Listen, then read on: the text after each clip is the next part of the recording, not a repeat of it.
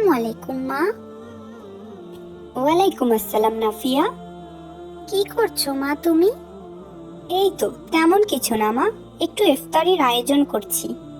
ও, টেবিলে দেখলাম আজকে অনেক আইটেম করেছো। আলহামদুলিল্লাহ, সবই আল্লাহর ইচ্ছায় মা। তবে তুমি কি আমার একটি কাজ করে আমাকে উপকৃত করবে? জি, অবশ্যই মা। তুমি কি এই ইফতারগুলো থেকে কিছুটা তোমার হালিমা কাকিদের বাসায় দিয়ে আসতে পারবে মা? অবশ্যই পারবো মা, কিন্তু তাকে আজই দেওয়া লাগবে কেন মা? মা নাফিয়া, তুমি কি ভুলে যাচ্ছ আমাদের মহানবী হযরত মুহাম্মদ সাল্লাল্লাহু আলাইহি ওয়াসাল্লাম বলেছেন যে আল্লাহকে বিশ্বাস করে এবং পরকাল বিশ্বাস করে সে যেন অবশ্যই প্রতিবেশীকে ভালোবাসে। জি মা, আমি ভুলে গিয়েছিলাম। তুমি আমাকে মনে করিয়ে দেওয়ার জন্য তোমাকে অনেক অনেক ধন্যবাদ। এমনকি হাদিসে এও এসেছে যে তোমরা ঘরে ভালো কিছু রান্না করলে অবশ্যই তা থেকে কিছু অংশ তোমাদের প্রতিবেশীর ঘরে পৌঁছে দাও। তাদেরও হক আছে তোমাদের উপর। এতে আল্লাহ তার বান্দার উপর অনেক অনেক খুশি হয়। সুবহানাল্লাহ। আল্লাহ আমাদের জন্য আমাদের দিনকে কতই না সহজ করে দিয়েছেন। ঠিক বলেছ মা নাফিয়া। আমি খাবারটি গুছিয়ে দিচ্ছি, তুমি গিয়ে দেখো তো ইয়ামিন কি করছে। ঠিক আছে মা। আসসালামু আলাইকুম।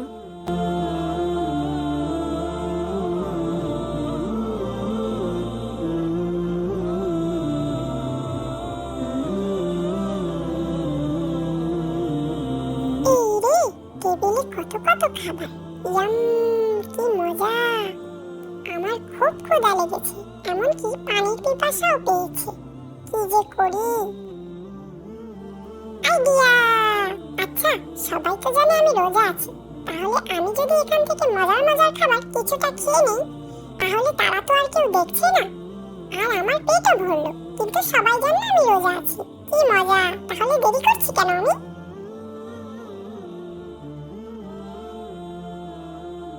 ইয়ামিন, ইয়া আল্লাহ, কি করছো তুমি? আপু প্লিজ কিছু বলো না। দাঁড়াও দাঁড়াও, আমি বলছি তোমাকে সব। আচ্ছা, আগে আমাকে বলো তুমি খাবারে কেন হাত দিয়েছিলে? তুমি না রোজা রেখেছো? মানে ইয়ে উম, আসলে হয়েছে কি আপু, এত মজার মজার খাবার দেখে আমি নিজেকে আর কন্ট্রোল করতে পারিনি, তাই আর কি একটু খেতে চেয়েছিলাম। তুমি জানো না, কেউ কিছু না দেখলেও মহান আল্লাহ তাআলা ইনি সব দেখেন, তিনি সব শোনেন, তিনি সব হিসাব রাখেন। আচ্ছা আপু, আমি খাবার খেলেও কি আল্লাহ দেখতেন? অবশ্যই দেখতেন ইয়ামিন। তুমি কত বড় অন্যায় করতে গিয়েছিলে তুমি জানো? আল্লাহ চাইলে তোমাকে এর বিনিময়ে জাহান্নামেও দিতে পারেন। ইয়া আল্লাহ, আমার অনেক বড় ভুল হয়ে গিয়েছে আপু, আমাকে ক্ষমা করে দাও তুমি। এমন ভুল আর হবে না। ক্ষমা চাইতে হলে আল্লাহর কাছে চাও ইয়ামিন, আমি ক্ষমা করার কি? তাই তো। সরি আল্লাহ, আমাকে তুমি মাফ করে দাও। আমি আর এমন কাজ করব না। কিন্তু তুমি আমাকে জাহান্নামে দিও না। আপু বলেছে জাহান্নাম অনেক ভয়ঙ্কর। আমি জাহান্নামে যেতে চাই না। আমি জান্নাত চাই, যেখানে শুধু খেলা করব আর মজার মজার খাবার খাবো, আর কত কি। আচ্ছা শোনো ইয়ামিন, তুমি কি জান্নাতে যেতে চাও? হ্যাঁ আপু। তবে আর কখনো এমন করবে না, তাহলে আল্লাহ পাপ দিবে আর গুনাহ লিখবে তোমার আমলনামার খাতায়, বুঝলে? জি আপু। তোমার উপর তো রোজা এখনো ফরজ হয়নি, তুমি এখন থেকে একটু একটু করে অভ্যাস করো, কিন্তু এমনটা করো না। ফরজ হয়নি মানে? ফরজ হয়নি কারণ তোমার এখনো 10 বছর হয়নি, এর জন্য। যেদিন থেকে তোমার 10 বছর হবে সেদিনের পর থেকে তোমার রোজার হিসাব নেওয়া হবে, আর এর আগে যা আমল করবে বা রোজা রাখবে তার জন্য আল্লাহ তোমাকে অনেক সওয়াব দিবে। কিন্তু যদি না রাখো গুনাহ দিবে না। যদি না মিথ্যা কথা বলো, আল্লাহ রোজার পুরস্কার নিজ হাতে দিবেন। সুবহানাল্লাহ, কতই না সুন্দর হবে সেদিনের মুহূর্ত। জি আপু, আমি সব বুঝেছি। তোমাকে অনেক অনেক ধন্যবাদ এত সুন্দর করে বুঝিয়ে বলার জন্য। কিন্তু তুমি কাউকে বলো না এই ব্যাপারটা প্লিজ। আচ্ছা বাবা, ঠিক আছে, কাউকে বলবো না।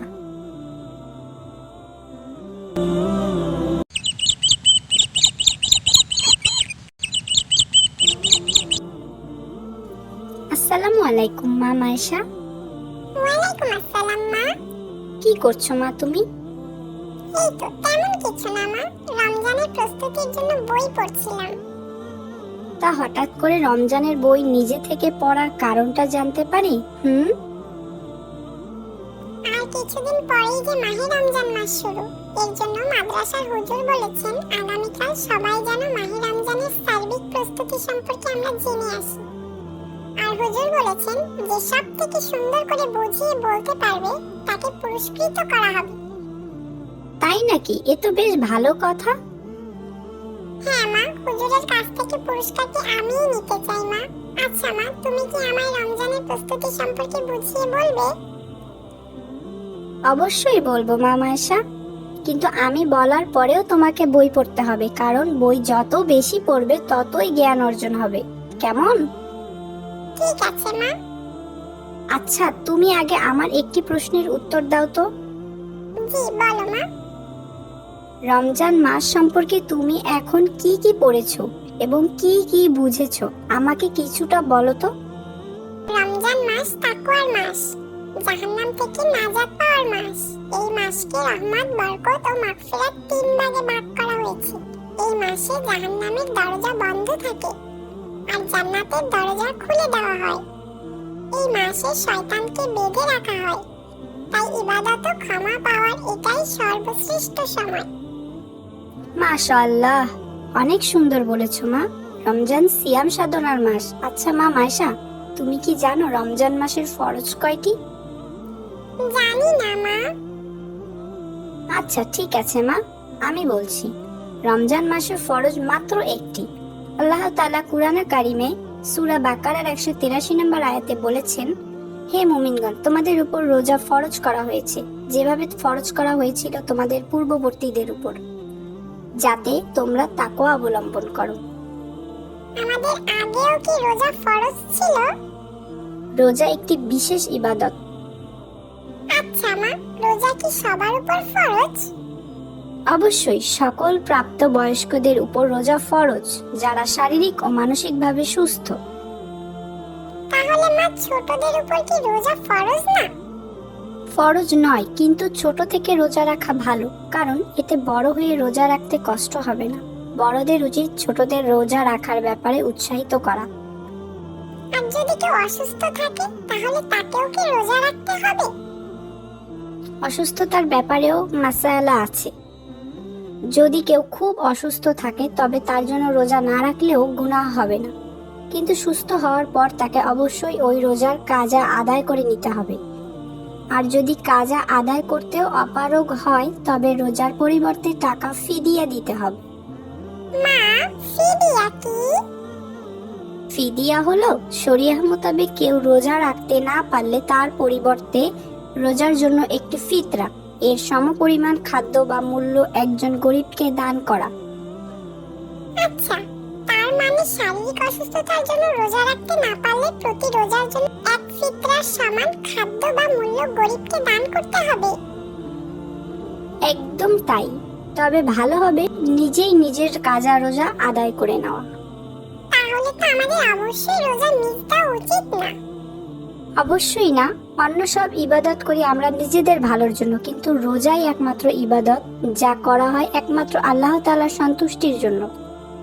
এই রমজান মাস প্রতি বছরে মাত্র একটি বার আসে, আর রোজার প্রতিদান মহান আল্লাহ তাআলা নিজ হাতে দিবেন। সুবহানাল্লাহ। রমজানের কিছু ওয়াজিব আছে, তুমি কি তা বলতে পারবে মাইশা? রমজানের ওয়াজিব কয়টি? কয়টি মা? রমজানের ওয়াজিব হলো 2টি। কি কি মা? সাদকাতুল ফিত্র বা ফিতরা দেওয়া এবং ঈদের নামাজ পড়া। ফিতরা কি সবাইকেই দিতে হবে মা? অবশ্যই রমজান মাসে প্রত্যেকের ফিতরা আদায় করা ওয়াজিব বা আবশ্যক। কিন্তু আমার তো টাকা নেই, আমি কিভাবে দিব?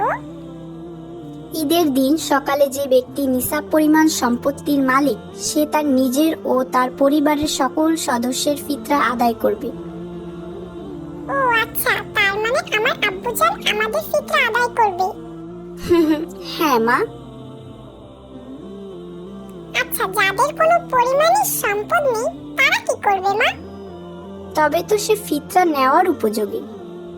ও আচ্ছা। রমজান মাসে বেশ কিছু সুন্নত আছে, তুমি কি কিছু রোজার সুন্নত সম্পর্কে বলতে পারবে? জি মা, পারবো কিছুটা। ঠিক আছে, বলো তো। রমজানের চাঁদ দেখা, তারাবির নামাজ আদায়, বেশি বেশি কোরআন পড়া, সদকা করা, রমজানের শেষ দশকে শবে কদরের সন্ধান করা ও ইত্তেকাফ করা, আর বেশি বেশি একটি দোয়া পড়া। কোন দোয়া? আল্লাহুম্মা ইন্নাকা আফউন তুহিব্বুল আফওয়া ফাআফু আন্নি, যার অর্থ হে আল্লাহ, আপনি ক্ষমাশীল, ক্ষমাকে পছন্দ করেন, সুতরাং আপনি আমাকে ক্ষমা করুন। মাশাআল্লাহ, তুমি খুব সুন্দর করে রোজার সুন্নতগুলো বলেছো মা। কিন্তু এছাড়া কিছু নফল ইবাদত আছে যেগুলো বেশি বেশি আমল করা উচিত, আর এ মাসে নফল ইবাদতে ফরজ ইবাদতের সওয়াব পাওয়া যায়। যেমন বেশি বেশি ইস্তেগফার পাঠ করা, দোয়া দুরূদ পাঠ করা, কোরআন খতম দেওয়া ইত্যাদি ইত্যাদি। আল্লাহ তাআলা আমাদের বেশি বেশি ইবাদত করার তৌফিক দান করুন, আমিন।